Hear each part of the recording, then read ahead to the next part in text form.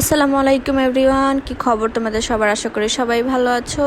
চলে আসলাম নতুন একটি ভিডিও নিয়ে। তো ঘুম থেকে উঠে আমি বাহিরে দেখছিলাম এত পরিমাণ রোদ ছিল, তারপরে এখন আমার একটু বাহিরে যেতে হবে, তাই আর কি রেডি হলাম। আর এখন মানুষ এই রোদের মধ্যে, এই গরমের মধ্যে তো কাজ না থাকলে বের হয় না, তো আমারও আজকে এই রোদের মধ্যেই বের হতে হচ্ছে।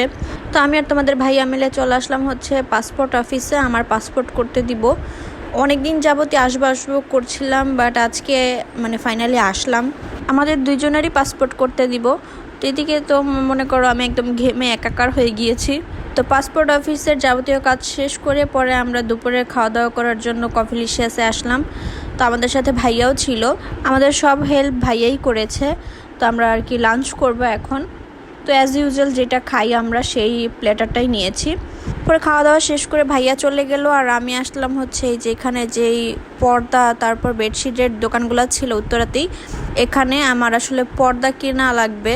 আমার রুমের যে গোল্ডেন কালারের পর্দাটা ছিল ওইটা আসলে আমার দেখতে দেখতে আর ভালো লাগছিল না, আমার মনে হচ্ছিল একটু ভেরিয়েশনের দরকার আছে। আর হোয়াইট কালারের যে পর্দাটা ওইটা তো আসলে আমি মেহমান আসলে পরে ইউজ করার জন্য কিনেছি।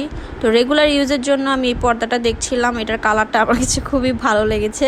তো ঘুরে ফিরে কেন যেন এই কালারটার প্রতি আমার চোখ যাচ্ছিল বারবার। তো যেটা প্রথমে দেখেছিলাম ওইটা ছিল না, তাই পরে এটা নিয়েছি। আমি আসলে জানি না এটা রুমে ইউজ করার পর কেমন লাগবে, যাই হোক পরে দেখাবো না সেটা।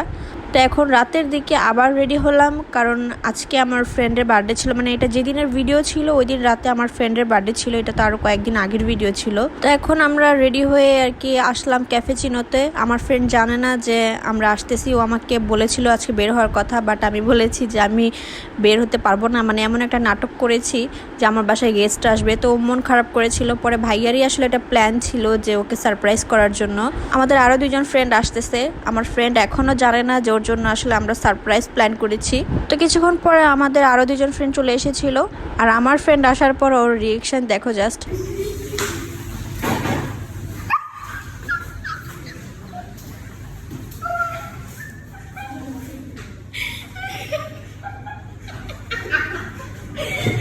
কি করতেছে?